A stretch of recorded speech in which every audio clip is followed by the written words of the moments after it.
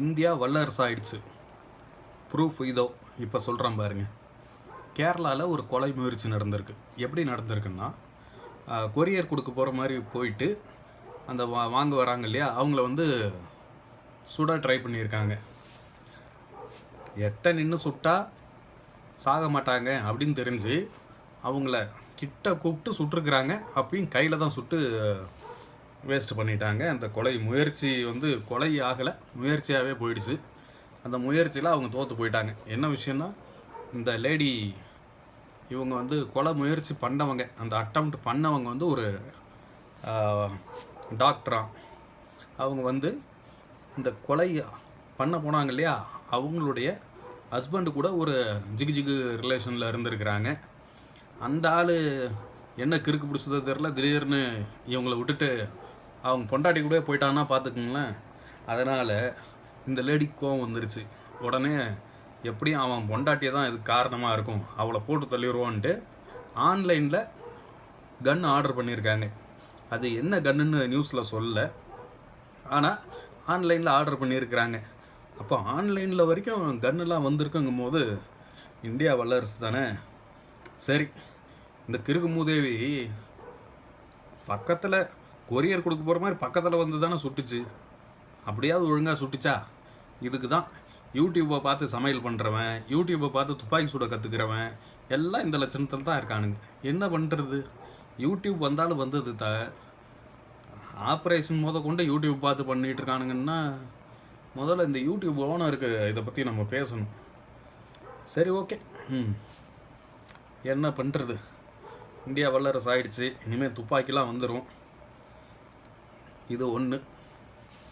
அடுத்தது, நான் கொஞ்ச நாளைக்கு முன்னாடி ஒரு விஷயம் நினச்சிக்கிட்டே இருந்தேன். இதுதான் நடக்கும், ஆனால் அது நடக்கிறதுக்கு ஒரு 10 வருஷம் ஆகும்னு நினச்சேன். ஆனால் உடனே நடந்துக்கிட்டே இருக்குது. அது என்னன்னு கேட்டிங்கன்னா, எந்த ஒரு விஷயமும் முன்னாடி அப்படின்னா, நம்மன்னா இப்போ சின்ன குழந்தைங்களாம் இருப்பாங்க. இப்போ ஒரு 35-40 வயசு இருக்கிறவங்க சின்ன பையனாக இருக்கும்போது விளம்பரங்கள் வந்திருக்கும். கோல்கேட் விளம்பரம். அப்போல்லாம் வீட்டில் கோல்கேட்டு அதெல்லாம் அவ்வளோ வாங்க மாட்டாங்க. ஆனால் அந்த ஒரு விளம்பரம் போடுறாங்கன்னா அடுத்த 20வது வருஷம் அந்த ப்ராடக்ட் வந்து எல்லா இடத்துலையும் பரவி இருக்கும். இதுதான் கான்செப்டு. இப்போ என்ன தெரியுமா, அந்த விளம்பரம் வந்து ஒரு விளம்பரம் வருதுன்னா அடுத்த 10 வருஷம் கூட அவசியம் இல்லை. அந்த விளம்பரம் வந்து ஒரு 2-3 மாதத்துலேயே அதெல்லாம் நடக்க ஆரம்பிச்சிருது. பார்த்திங்கன்னா, நான் ரெகுலராக சொல்லியிருப்பேன், கொலை பண்ணுறான் அவன் எப்படி ஃப்ரெண்ட் ஆக முடியும் அப்படின்னு கேட்டிருப்பேன். இந்த இது பார்த்திங்கன்னா, இந்த கான்செப்ட் இருக்கு இல்லையா, ஃப்ரெண்டு கொலை பண்ணுறான், அதாவது அவனே கொலை பண்ணுறான் அப்படின்னா அவனை பிரித்து விட்றான். இந்த இந்த கான்செப்டு ஞாபகம் வருதா? ஒரு 4 பேர் காரில் போயிட்டுருப்பாங்க. விளம்பரம், ஒரு 4 பேர் காரில் போயிட்டுருப்பாங்க. உடனே ஒருத்தவன் சாக்லேட் வச்சுருப்பான். அதில் 3 பேர் தான் சாப்பிட முடியும். 3 பார்ட்டாக தான் இருக்கும். ஒருத்தவனை கழட்டி விடணும். அப்போது அந்த ஒருத்தவனை கழட்டி விடுறதுக்கு என்ன பண்ணுவானுங்க, வண்டி அப்படியே நிறுத்திட்டு அப்படிம்பானுங்க. உடனே இவன் தூங்கிட்டு இருப்பான். அவன் தூங்கிட்டு இருக்கிறவன் டக்குன்னு எழுந்திரிச்சு, சரி யூரின் தான் போட மாட்டேருக்குன்ட்டு இறங்கி ஓடிடுவான். இவங்க 3 பேர் ஷேர் பண்ணி சாப்பிடுவாங்க. இந்த விளம்பரம் ஞாபகம் இருக்கா? இப்போ வந்து ஒரு 2-3 வருஷம் இருக்கும்னு நினைக்கிறேன் இந்த விளம்பரம் பார்த்து. இது ஒன்று. அதே மாதிரி ஃப்ரெண்டை கழட்டி விடுற விளம்பரம் இதே மாதிரி இன்னும் ஒரு 2-3 விளம்பரம் பார்த்துருக்கேன். டக்குன்னு ஞாபகம் வர மாட்டேங்குது இப்போ சொல்கிறது. இப்போ அடுத்த ட்ரெண்டு, இந்த விளம்பரம் நான் இப்போ தான் பார்த்தேன். ஒரு மாதத்துக்குள்ளே தான் பார்த்தேன். 1 மாதத்துக்குள்ளே தான் வந்திருக்கு இந்த விளம்பரம். ஆனால் இது இப்போயே நடந்துருச்சு. சொல்லும் போது சரி, என்ன விளம்பரம்னு சொல்லவா?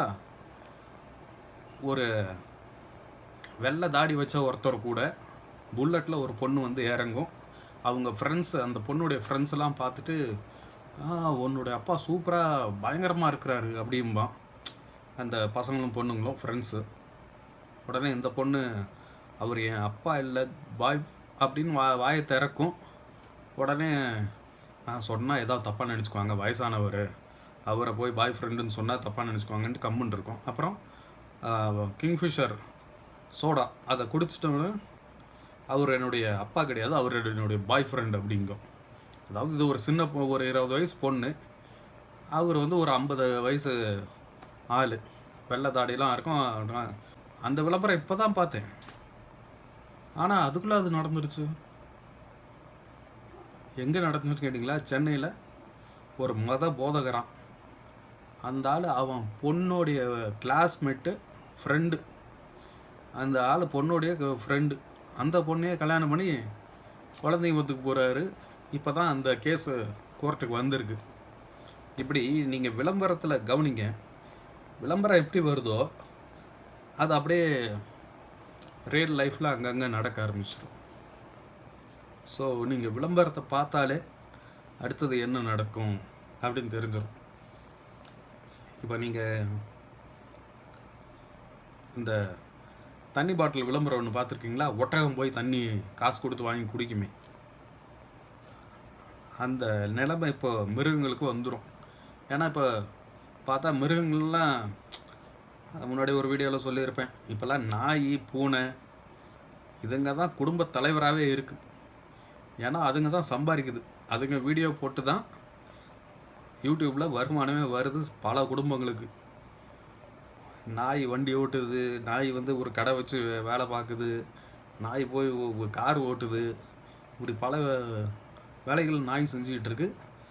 குரங்குலேருந்து மனுஷன் பரிமாணம் ஆனது போல் அடுத்தது வந்து நாயிலேருந்து மனுஷனாக கன்வெர்ட் ஆகும். மனுஷனாவோ இல்லை நாய் மாதிரி இந்த ஈஜிப்ட்லாம் இருக்கும் தெரியுமா, மூஞ்சி இப்படி குதிரை மாதிரி மூஞ்சி இருக்கும், உடம்பு மனுஷ உடம்பு, நாய் மாதிரி மூஞ்சி இருக்கும்.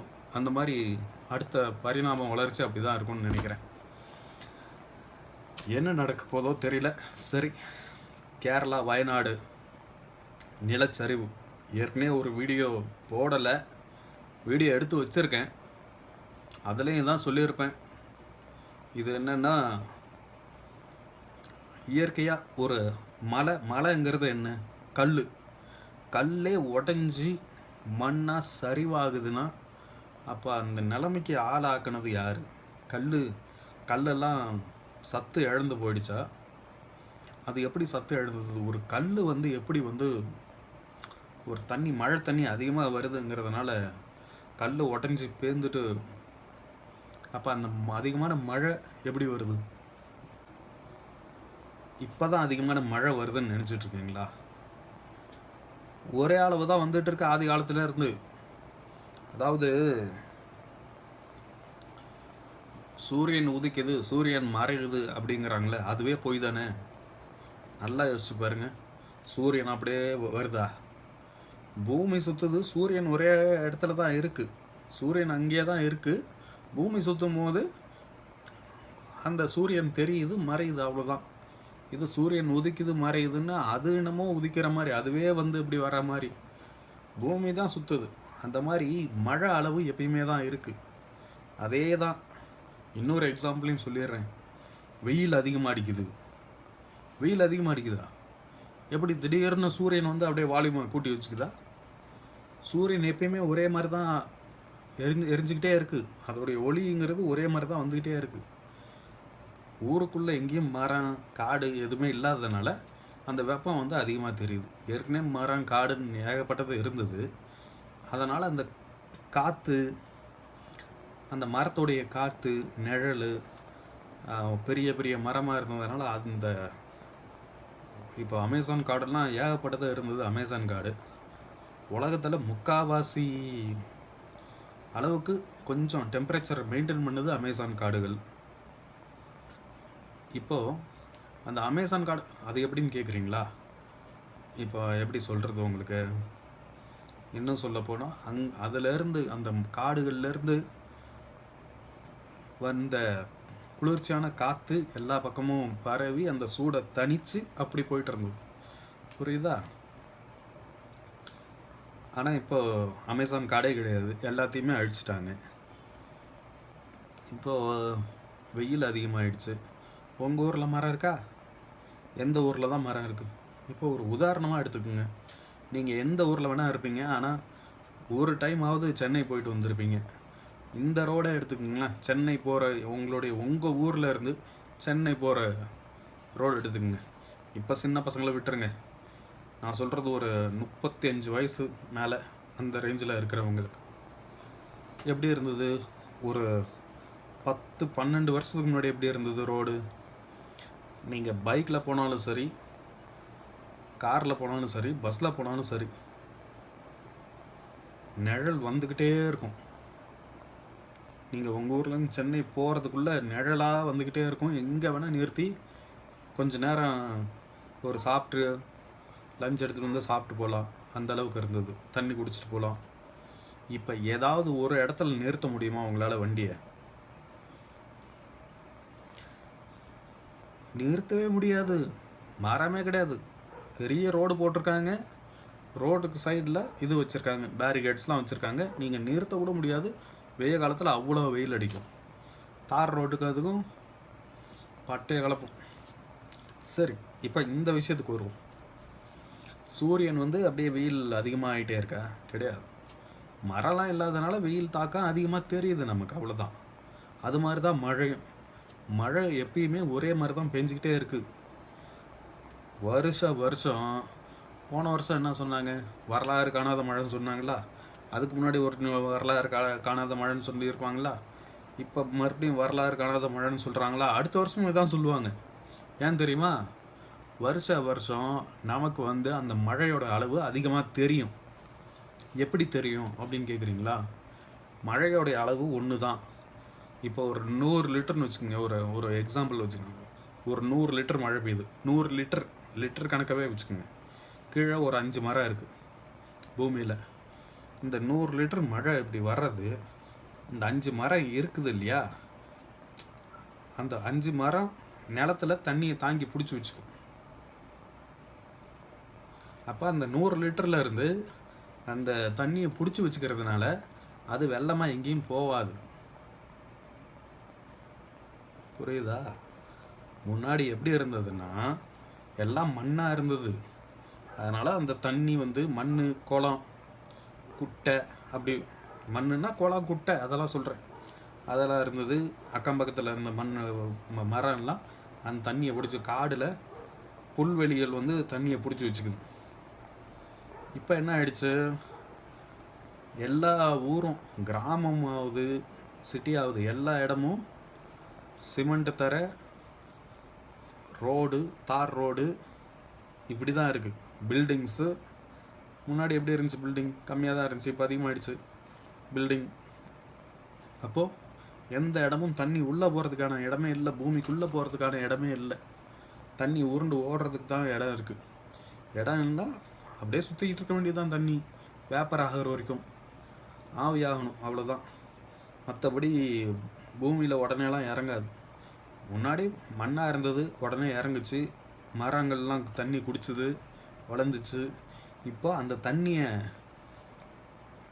குடிக்கிறதுக்கு இது இல்லை, மரங்கள் இல்லை. அப்போ என்ன ஆகும்? மரம் இல்லாதப்ப மண்ணையும் பிடிச்சிக்கிறதுக்கு ஆள் இல்லை.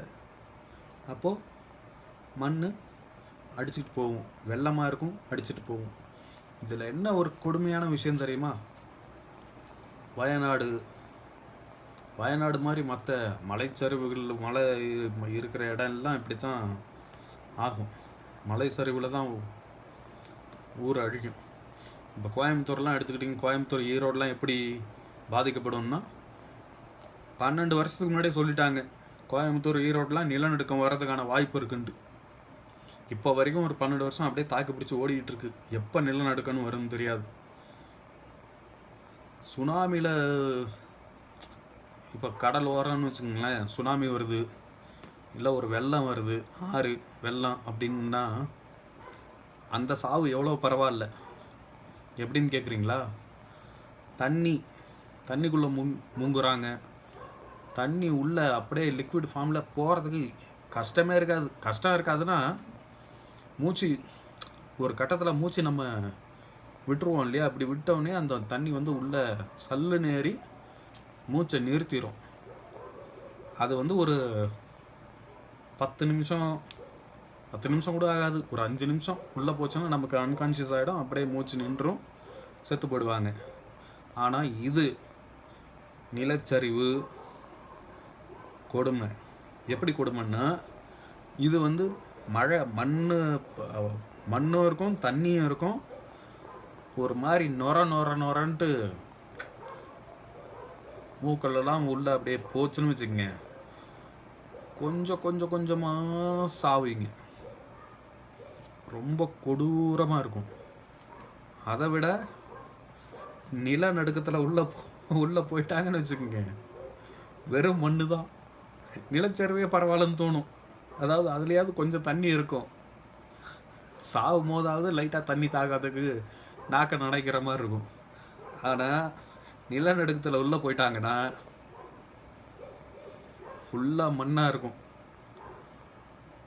உள்ளேயும் போகாது, அட்டாச்சிக்கிட்டு இது வரைக்கும் நிற்கும், இங்கே வரைக்கும் நிற்கும். இந்த இடத்துல அப்போது ஒரு கொஞ்சம் குன்று பகுதிகளாக இருக்குல்ல, அதாவது பாறை, இந்த பகுதிகள்லாம் அப்போது சில பேர்லாம் இந்த நிலநடுக்கத்தில் சில பேர்லாம் கொஞ்சம் பாதுகாப்பான இடத்துல உள்ளே விழுந்துட்டாங்கன்னு வச்சுக்கோங்க. அதாவது மண் மேலே மூடாது, இந்த மாதிரி கொஞ்சம் இடமா இருக்கும், கேப் இருக்கும், மூச்சு காற்று வரும். ஆனால் எத்தனை அடி ஆழத்தில் இருக்காங்கன்னு தெரியாது. கிட்டத்தட்ட அந்த மஞ்சுபல் பாய்ஸில் உள்ளே போனான் பார்த்தீங்களா அந்த பையன், இந்த பாறை எடுக்கல, அந்த மாதிரி போய் மாட்டிக்கிட்டான். பசி, தண்ணி, சாப்பாடுன்னு தண்ணி, சாப்பாடு இல்லைன்னா கூட பரவாயில்ல, தண்ணி இல்லைன்னா ஒரு நாள் தண்ணி குடிக்காமல் இருந்து பாருங்களேன், ஒரு சேலஞ்சுக்கு ஒன்றுமே பண்ண முடியாது. அதனால் 1000 யூடியூபர் கூட சொல்லியிருப்பான் இதெல்லாம். அதெல்லாம் யார் கேட்டிருக்கா? யாருமே கேட்டதில்லை. இப்போ நான் சொல்ல போகிறது யாராவது கேட்பாங்களா? யாரும் கேட்க போகிறதில்ல. உடனே எல்லாமே மாறிட போதா? எதுவும் மாற போகிறதில்ல. குழம்ப தான் முடியும். நீங்களும் அதை கேட்டு ஒரு சில பேருக்கு ஆமாம் அப்படின்னு ஃபீல் பண்ணுவீங்க. ஓ இப்படிலாம் நடக்கூடாதுன்னு நினைப்பீங்க. ஒரு சில பேர் என்னடா இவன் லூஸ் மாதிரி எதாவது சொல்லிகிட்டு இருக்கிறான், அதுக்கேற்ற மாதிரி மாறிடுவாங்க அப்படின்னு நினைப்பீங்க. இயற்கை இல்லைன்னா எதுவுமே இருக்க முடியாது. ரோட்டில் நீங்கள் பார்த்துருப்பீங்க, ஏதாவது ஒரு பெரிய மரம் இருந்திருக்கும், சொல்ல மறந்துட்டேன். தயவு செஞ்சு யாராவது எங்கேயாவது போகும்போது ஏதாவது ஒரு பெரிய மரத்தை பார்த்துட்டு அதை வீடியோ எடுத்து போடாதீங்க தயவு செஞ்சு. இது இந்த இடம் நான் இங்கே போனேன், இயற்கை வளம் அப்படின்ட்டு எதையாவது வீடியோ எடுத்து போடாதீங்க. ஏன்னா ஒரு கவர்மெண்ட் ஆளுங்களுக்கு தெரியாதது கூட நீங்கள் போயிட்டு ஒரு வீடியோ போட்டு வைரல் ஆகும்போது அது எல்லாருக்கும் அந்த இடம் தெரிஞ்சு போயிடுது. உடனே அந்த இடத்த ஆட்டையை போடுறதுக்கோ இல்லை எதுக்கோ ஒன்று அந்த இடத்த அப்படியே நிறைவே மரங்கிறம் ஏதாவது இருந்துச்சுன்னா முடிச்சு விட்டுறானுங்க. ஸோ தயவு செஞ்சு இந்த இடம் இந்த இடத்துல நான் இங்கே இருக்கேன், இயற்கை எழில் கொஞ்சுது, இத்தனை மரம் இருக்குது, இவ்வளோ பெரிய மரம் இருக்குது அப்படின்லாம் போடாதீங்க. சரி, எதுவும் மாற போகிறதில்ல, நடக்கிறது தான் நடக்கும் அப்படின்னு நம்ம தான் நினைக்கிறோம். ஸோ எப்பயும் கேர்ஃபுல்லாக இருங்க. ஏன்னா இப்போ நடந்ததெல்லாம் ஒரு ட்ரெய்லர் தான். வயநாடுங்கிறது ஒரு ட்ரெய்லர் மட்டும்தான். இன்னும் அடுத்து நிலநடுக்கம் வரலாம். இந்தியாவுக்கு தான், ஆனால் எங்கே வருதுன்னு தெரியாது. சென்னையில் ஏற்கனவே ஒரு 2-3 வருஷத்துக்கு முன்னாடி ஒரு நிலநடுக்கம் வந்துச்சு இல்லையா? ஏன்னா அங்கெல்லாம் தண்ணி கிடையாது, கிரவுண்ட் வாட்டர் தண்ணி கிடையாது, மழை எவ்வளோ பெஞ்சாலும் தண்ணி உள்ளே போகிறதுக்கான வசதியும் கிடையாது. எந்த ஆட்சி வந்தாலும் அதை சரி பண்ணுறோம். இத்தனை வருஷம் ஆட்சி பண்ணாங்க, ஒன்றுத்தையும் காணோம். இனிமேல் வர்றவங்க யாராவது நல்ல ஒரு இயற்கை ஆர்வம் இருக்கிற ஒரு ஆள், எனக்கு தெரிஞ்ச ஒருத்தவன் இருக்கான், ஆனால் அவனுக்கு ஓட்டு போட மாட்டீங்க. சரி, அவன் கேட்டால் அவன் குடிகாரன் இங்கே போய் சொல்கிறான், சரி அவனை போய் தொலைங்க. எனக்கு அவங்ககிட்ட தேவையெல்லாம் இயற்கை மட்டும்தான். ஏதோ காடு கீடு ஏதாவது குளங்கள்லாம் வெட்டி இருக்கிற குளத்தை எதையாவது காப்பாற்றி புதுசாக குளங்களை ஏதாவது பண்ணா கொஞ்சம் பரவாயில்ல தான். ஆனால் நான் ஓட்டு போட்டுட்டு தான் இருக்கேன். மற்றவங்களாம் எப்படின்னு தெரியாது. ஆனால் யார் எப்படி இருந்தாலும் விதின்னு ஒன்று இருக்குல்ல, விதிப்படி தான் நடக்கும் அப்படின்றது நமக்கு நாமே சொல்லிக்கிறது தான். ஆனால் கண்டிப்பாக விதிப்படி தான் நடக்கும். என்னதான் இருந்தாலும் விதின்னு ஒன்று இருக்குது, அது உண்மைதான். இப்படி தான் நடக்கும் அப்படின்னா அது அப்படி தான் நடக்கும், யாராலையும் மாற்ற முடியாது. ஸோ இன்னொரு விஷயம், ரொம்ப இன்னொரு சின்ன சந்தோஷமான விஷயம் என்னென்னா, இந்த ஒரு யாரோ ஒரு ரவுடி பாவம் சுட்டு பிடிச்சிட்டாங்க இப்போ கொஞ்ச நாளைக்கு முன்னாடி. அவருக்கு வந்து காலை எடுத்துட்டாங்களாம். ஆக்சுவலாக இந்த ராயன் படத்தில் கிளைமேக்ஸு இந்த விஷயம் இதெல்லாம் என்னுடைய மைண்டில் எப்பயுமே ஓடிக்கிட்டு இருக்கிறது தான். ஏன்னா எனக்கு அப்படி தான் செய்யணும். ரொம்ப கடுமையான ஆளுங்களை, அதாவது குழந்தை வன்புணர்வு இந்த மாதிரி பண்ணுறாங்க இல்லையா, அப்புறம் 40-50 வழக்கு இருந்தும் வெளில இன்னும் அவங்கள மற்றவங்கள துன்புறுத்தி எத்தனையோ ரவுடிகள் இது இருக்கிறாங்க. அதாவது ரவுடின்னு சொல்ல முடியாது, அவங்கள ஊருக்கு வந்து நல்லது பண்ணுவாங்க. ஒரு கஷ்டம் யாராவது வந்துட்டால் அவங்கள போய்ட்டு இன்னொருத்தவங்கள தட்டி கேட்பாங்க. அது அவங்க ஜாதிக்காகவும் இருப்பாங்க. சில பேர் அவங்களுடைய சமூகம் என்னமோ அதை விட்டுருங்க. ஆனால் அந்த மாதிரியும் சில பேர் இருப்பாங்க. ஆனால் அவங்களையும் வந்து ரவுடி அப்படின்னு தான் சொல்லுவாங்க. ஆனால் சில பேர் இருப்பாங்க இல்லையா, வீம்புக்குன்ட்டு போகிற போக்கில் எவனையாவது வெட்டுறது, கஞ்சா அடிச்சுட்டு வெட்டுறது, இந்த மாதிரி ஆளுங்களை வந்து இந்த மாதிரி ஒரு சின்ன பையனை கூப்பிட்டு போய் டேங்க்கில் வச்சு ஒருத்தன் வெட்டினான் பாருங்க, பாலியல் வன்புணர்வு. இப்போது நம்பி ஆம்பளை பசங்களை கூட வெளியில் அனுப்ப முடிய மாட்டேங்குது, சின்ன பசங்களை கூட அனுப்ப முடிய மாட்டேங்குது வெளியில் எங்கேயோ. ஏன்னா அந்தளவுக்கு இருக்கிறானுங்க இப்போல்லாம். இந்த வாழ்க்கை நடைமுறை வந்து வேற மாதிரி போயிடுச்சு. பையனை கூட நம்பி வெளியில் அனுப்ப முடியாத அளவுக்கு ஒரு நிலைமை இங்கே மாறி போச்சு. அதனால்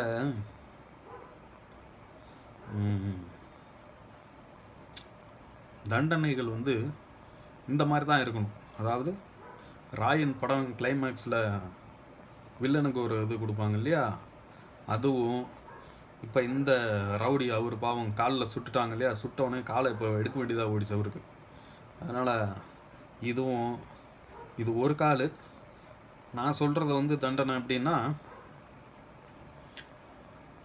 ஹிஸ்ட்ரி ஆஃப் வயலன்ஸ், அதாவது லியோ படம் இருக்கு இல்லையா, லியோவுடைய பேசிக் ஹிஸ்ட்ரி ஆஃப் வயலன்ஸ்னு ஒரு படம். அந்த படத்தில் அந்த ஹீரோவுடைய ஃப்ரெண்டுக்கு வில்லன்கள் வந்து ஒரு விஷயம் பண்ணி வச்சுருப்பாங்க. அந்த மாதிரி அதையும் ராயன் படத்தில் வர கிளைமேக்ஸ் அதையும் கம்பைன் பண்ணி உயிரோடு வச்சுருக்கணும். கொல்லக்கூடாது, அது தப்பு, பாவம். அதனால் அவங்கள வந்து உயிரோடு வச்சுருக்கணும். அந்த மாதிரி ஒரு இது அதில் ஒரு கால்வாசி இப்போ நடந்திருக்கிற நினச்சி எனக்கு சந்தோஷம்தான். அந்த சுட்ட போலீஸ்காரர்களுக்கு வாழ்த்துக்களை நான் தெரிவிச்சுக்கிறேன். இனிமேலாவது அவர் வந்து வீட்டில் நல்ல திருந்தி ரவுடிசம்லாம் ஈடுபடாமல் இப்போ ஜெயிலுக்கு போயிட்டு வந்து திருந்தி வாழறதுக்கு அவருக்கும் ஒரு வாழ்த்துக்கள். இந்த ரவுடி அவர் வந்து இனிமேல் ரவுடியாக இருக்கக்கூடாதுன்னு நானும் ஆசைப்படுறேன். ஒரு நல்ல வாழ்க்கையை வாழட்டும், ஒரு புள்ள குட்டிங்களோட சந்தோஷமாக வாழட்டும், ஏதோ ஒரு வேலை, ஒரு பொட்டி கடை போட்டு பொழைச்சி வாழணும். இந்த மாதிரி வாழ்ந்து போன இப்போ பிச்சை கூட எடுக்கலாம். கிட்டத்தட்ட என்னுடைய நிலைமையும் அந்த நிலைமையில தான் இருக்கிறேன். வேலை வெட்டி கிடையாது. அதான் எத்தனை கருத்துக்கள் தத்துவங்கள் சொல்லிகிட்டு இருக்கிறேனே, அப்புறம் வேலை வெட்டி இருக்கும்னு நினைக்கிறீங்க? சரி, நானும் ட்ரை பண்ணிக்கிட்டே இருக்கேன் யூடியூப்பில். என்னுடைய இன்னொரு channel mister wonder rings text வேணால் போடுறேன். அந்த சேனலுக்கு தயவு செஞ்சு உள்ளே போயிட்டு பாருங்கள், சேனல் பாருங்கள். உள்ளே நிறையா வீடியோஸ் போட்டிருப்பேன். பிடிச்சிருந்தா சப்ஸ்கிரைப் பண்ணுங்கள். அதில் இந்த மாதிரி இதெல்லாம் இந்த பூமர் விஷயங்கள்லாம் அதில் பேச மாட்டேன். அதில் வந்து ரிங்ஸு, ஜெம் ஸ்டோன்ஸு, வேறு ஏதாவது சின்ன சின்ன வீடியோ ஏதாவது இருக்கும். பாருங்கள் என்ன பண்ணுறது. நானும் யூடியூப் தான் ட்ரை பண்ணிகிட்ருக்கேன். வேலை வெட்டி கிடைக்க மாட்டேங்குதுன்னா என்னுடைய ஃபீல்டு வந்து நார்த் சைடு போக வேண்டியதாக. எனக்கு நார்த் சைடு போகிறதுக்கு விருப்பம் இல்லை. ஸோ தமிழ்நாட்டிலே எனக்கு இருக்கிறத ஒரே ஒரு சின்ன ஃபேமிலி அப்படின்னு நான் தான் நினச்சிட்ருக்கிறேன். சரி, ஒரு என்ன பண்ணுறது. இருந்தாலும் நான் வந்து தமிழ்நாட்டிலே இருப்போம் அப்படின்ட்டு தான் எதையும் ட்ரை பண்ணாமல் இருக்கும். சரி, யூடியூப்லையாவது ஏதாவது ஒரு வருமானம் வரும் யூடியூப்பில் அப்படின்ட்டு தான் நானும் வீடியோஸ் போட்டுகிட்டே இருக்கேன். நிறைய வீடியோஸ் போட்டுகிட்டே இருக்கேன். என்னோடய யூடியூப் அந்த சேனல் ஆரம்பித்து 16 வருஷம் ஆகுதுன்னு நினைக்கிறேன். 2009 ஆரம்பித்தது. இந்த மாதம் தான் மானிட்டைஸ் ஆச்சு. அதாவது ஜூலை மாதம் மானிட்டைஸ் ஆச்சு. ஏதாவது அமௌண்ட் வரும்னு வெயிட் பண்ணிகிட்ருக்கேன். வியூஸே போக மாட்டேங்குது. சப்ஸ்கிரைபர்ஸ் இருக்காங்க, 4000 வாட்ச் ஹவர்ஸ் இருக்குது, அவ்வளோதான். அதுக்கு மேலே ஏதாவது வியூஸ் வந்தால் தானே ஏதாவது வரும். ஆனால் குடும்பத்துக்கு எப்படியாவது குடும்பம் ஓட்டலான்னு பார்க்குறேன். வாழ்க்கையை ஓட்டுறதே பெரிய துன்பமாக இருக்கே. என்ன பண்ணுறது, வாழ்க்கைன்னா அப்படி தான் இருக்கும் அப்படிம்பீங்க. நல்ல வேலையா சோறு தண்ணி கிடைக்குது, அவ்வளோதான் சொல்ல முடியும். வேறு என்ன சொல்கிறது. சரி, எந்த ஒரு விஷயத்துக்கும் கலங்காமல் ஓடிக்கிட்டே இருக்கணும். பார்ப்போம். என்ன சொல்லப்போனால், என்னடா இந்த இந்த ஓடிக்கிட்டே இருக்கிறேன், இந்த வாழ்க்கை எப்போ கொஞ்சம் சீக்கிரமாக முடிஞ்சிடாதா அப்படின்னு தான் நினச்சி ஓடிக்கிட்டு இருக்கிறேன். சரி, பார்க்கலாம். மற்றபடி என்ன ஆக போகுது இந்த சமுதாயத்தில், என்ன எல்லாம் அப்படியே தான் இருக்க போகுது. கொடூரமாக சாகிறதுக்கு முன்னாடி நம்மளே ஒரு நல்ல முடிவாக எடுத்துகிட்டு போயிடணும் போல இருக்குது. ஏன்னா ஒவ்வொரு நிமிஷமும் வாழ்க்கையை நினச்சி பயமாக இருக்கோ இல்லையோ, இந்த இயற்கையை நினச்சி பயமாக இருக்கு. இப்போ பாவம் எத்தனை குழந்தைங்க பாருங்கள். ஒருத்தவங்களாம் அவன் தம்பி தங்கச்சி அவங்களுக்கெல்லாம் கல்யாணம் பண்ணி கொடுத்துட்டு ஆசையாக ஒருத்தன் வீடு கட்டியிருக்கான். வீடு கட்டி தான் கல்யாணம் பண்ணணும், நம்ம தம்பி தங்கச்சி எல்லாம் கல்யாணம் பண்ணி கொடுத்தாச்சு, செட்டில் பண்ணியாச்சு. அவங்கள ஒரு வீடு கட்டிட்டு ஒரு மகிழ்ச்சியாக கல்யாணம் பண்ணலான்ட்டு வீடு முடிய போகிற ஸ்டேஜ் நிலச்சரிவில் சிக்கி செத்து போயிட்டான். இப்போ இத்தனை பேர் செத்து போனாங்களே, அது கூட எனக்கு வருத்தம் இல்லை. ஆனால் அவங்க எப்படி செத்து போனாங்க, இன்னும் எத்தனை பேர் மூச்சு உள்ள ஒரு நரக வேதனை தான். நரகத்தை பார்த்துட்டு எத்தனை பேர் இன்னும் உயிரோட உள்ளே இருக்கான்னு தெரியல. இன்னும் ஒரு 5 நிமிஷம் கை தெரிஞ்சால் காப்பாற்றிடலாம், அந்த மாதிரி நிலைமையில் எத்தனை பேர் இருக்கான்னு தெரியல. 3 ஊர் மொத்தமாக போச்சு. எதுவுமே எல்லாமே மண்ணுக்குள்ளே போயிடுச்சு. எத்தனை குழந்தைங்க செத்து போச்சோ, எத்தனை வயசானவங்களோ, எத்தனை பெரியவங்களோ, எத்தனை பேர் புதுசாக கல்யாணம் ஆனவனோ, இனிமேல் வாழ்க்கையை சந்தோஷமாக ஆரம்பிக்கலான்னு எத்தனை பேர் இப்போ திடீர்னு வேலை கிடைச்சிருக்கோ, இனிமேலாவது நம்ம வாழ்க்கை நல்லா இருக்கும் அப்படின்னு நினச்சி எத்தனை பேர் இருந்தானோ, எல்லாமே மொத்தமாக முடிச்சு போச்சா.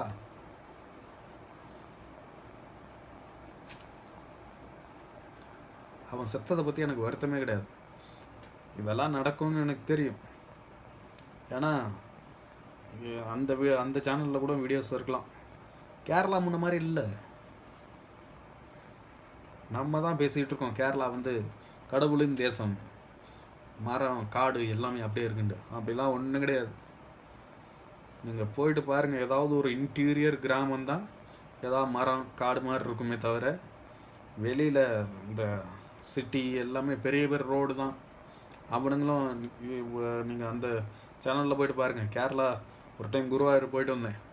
அங்கே வந்து இந்த நம்ம ஊரில் வெட்டுறானுங்கிட்டே ஈபி லைன் போகிறது லைட்டாக மரம் உரசிச்சுன்னா மரத்தையே வெட்டிடுவானுங்க.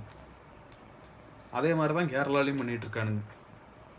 இந்த போன வாரம் ஒரு நியூஸ், ஊட்டி குன்னூரில் எங்கேயோ மரத்தோடைய கிளை வந்து வீட்டில் இடிக்குதான். அது காடு தான். அங்கே ஆபத்தான மரங்களை அகற்ற நடவடிக்கை எடுக்க வேண்டும் அப்படின்ட்டு நியூஸில் சொல்கிறோம். மரத்தில் என்ன ஆபத்து இருக்குது? அதான் மரத்தை ஆபத்தான மரம்ன்றானே இவன். எனக்கு அந்த நியூஸ்லாம் பார்க்கும்போது பாவீங்களா, என்னடா மரம் இப்படி எல்லா மரத்தையும் வெட்டிட்டா ஒரு கல்லுன்னா கூட அது அந்த கல்லை வந்து தாங்கி பிடிக்கிறது மரத்தோடைய வேருங்க தான். ஒரு மலையே ரெண்டா பொழந்து கீழே விழுந்துருக்குங்க. இது ரெண்டா பொழந்துன்னா நீங்கள் நினைக்கிற மாதிரி அப்படியே எக்ஸாக்டாக அப்படிலாம் இல்லை. கல்லுங்களை சொல்கிறேன், கல் உடஞ்சி உடஞ்சி உடஞ்சி அப்போ மலையே அவ்வளோ வீக் ஆகிருக்கு. ஒரு கல், ஒரு மெட்டல் அதெல்லாம் வீக் ஆகணும் அப்படின்னா, வீக்னா சத்து இல்லாமல் ஆகுது அப்படின்னா என்ன அர்த்தம்? வெயிலோடைய தாக்கம் அதிகம் இருக்குன்னு அர்த்தம். நான் இதுக்கு முன்னாடி வீடியோவில் சொன்னேன்னான்னு எனக்கு தெரியல. ஆனால் போன டைம் ஒரு வீடியோ எடுக்கும்போது இதெல்லாம் சொன்னேன். ஆனால் அந்த வீடியோ போஸ்ட் பண்ணலன்னு நினைக்கிறேன். இன்னும் ஒரு 4-5 நாள் ஆச்சு. இந்த நிலச்சரிவு வாங்கிச்சுலையே அந்த அன்றைக்கி தான் பேசுனது. நான் இந்த ஜெம் ஸ்டோன்ஸ் பற்றிலாம் பேசுவேன் அந்த சேனலில். இந்த ஜெம் ஸ்டோன்ஸ் நான் படிக்கும்போது, இப்போ மறுபடியும் ஜெம் ஸ்டோன்ஸ்லாம் பற்றி பேசணும் அப்படின்ட்டு படிக்கும்போது முன்ன இல்லாத அளவுக்கு இப்போ ஜெம் ஸ்டோன்ஸ் அதிகமாக இருக்குது. முன்னாடி ஒரு 2008 படிச்சுட்ருக்கிறேன். 2008 அந்த டைம்லலாம் ஒரு 40 to 50 ஜெம் ஸ்டோன்ஸ், அதாவது ராசிக்கு ப்ளஸ் எக்ஸ்ட்ராவாக. ஆனால் இப்போது ஒரு 100-150 ஜெம் ஸ்டோன்ஸ் இருக்குது. திடீர்னு எப்படிடா இத்தனை ஜெம் ஸ்டோன்ஸ் வந்துச்சு அப்படின்னு பார்த்தா, கன்னியாகுமரி மலை வெட்டினானுங்க. அதே மாதிரி உலகம் பூரா எல்லா மலைகளையும் வெட்டிகிட்டு இருக்கானுங்க போல இருக்குது. இந்த ஜெம் ஸ்டோன்ஸ்னால் கல் எங்கேருந்து கிடைக்கும்? மலையிலேருந்து தான் கிடைக்கும். கிரானைட்டு, மார்பிள் இந்த மாதிரி அதுவும் கல் தான். என்ன கொஞ்சம் கெமிக்கல் காம்போசிஷன் வேறு மாதிரி இருக்கும், கலராக இருக்கும். அதனால் அது வந்து ஜெம் ஸ்டோன்ஸ் ஆகிடும். அது கெமிக்கல் காம்போசிஷன் பொறுத்து தான் என்னென்ன ஸ்டோனு, என்னென்ன ப்ராப்பர்ட்டி அப்படிங்கிறது. இப்போ என்ன ஆகி போச்சு, ஜெம் ஸ்டோன்ஸ் அதிகமாக வந்துடுச்சு புதுசாக. எப்படிரா அப்படின்ட்டு யோசிக்கும் போது தான் இயற்கை எல்லாத்தையும் மரங்கிறோம் எல்லாம். இப்போ மலையை அழிச்சிட்டா மரமும் கிடையாது, காடு கிடையாது. மலை எல்லாத்தையும் வெட்டிட்டானுங்க. இதோ பாலக்காடு கோயம்புத்தூர் போகும்போது பாலையெல்லாம் மலையாக இருக்கும் முன்னாடி. இப்போ எப்படி தெரியுமா? மலை இருக்குல்ல, இப்படி மலை, அதை இப்படி நேராக வர்றது கூட கிடையாது. இப்படி அந்த மலை வந்து இன்வெர்டட் பொசிஷன், இப்படி கீழே பள்ளம் தோண்டி தோண்டி அந்த மலையோடைய வேருன்னு எதாக இருக்கும்ல, வேருன்னா அந்த இடம் பூரா கல்லாக தானே இருக்கும். அப்படி தோண்டி எடுக்கிறானுங்க. ஒன்றும் இப்போ பாருங்கள், இன்றைக்கி ஏதோ ஒரு ஊரில் ஏதோ அணை, அந்த அணையில் வண்டல் மண் வந்து விவசாயிகள் எடுத்துக்கலான்ட்டு அரசாங்கம் சொல்லியிருக்கு. விவசாயிகள்லாம் அவ்வளோ பெரிய கோடீஸ்வரங்கள், பணக்காரங்களாக இருக்காங்களா, டிராக்டரில் வந்து லாரியில் வந்து எடுத்துகிட்டு போகிற அளவுக்கு நியூஸில் போடுறானுங்க. லாரியாக வந்து எடுக்கிறாங்க வண்டல் மண். அது விவசாயிகளுக்கு மட்டும்தானா? விவசாயிகள் தான் இத்தனை லாரியில் வராங்களா? 4000 தென்னை மரத்தை அசால்ட்டாக வெட்ட சொல்லிட்டானே அவனும். ஸோ நாட்டில் மரமே கிடையாது. அவ்வளோ அசால்ட்டாக எல்லாத்தையும் வெட்டுங்க. 4000 மரம் எல்லாத்தையும் வெட்டுங்க. நிறையா. சரி, பாய்.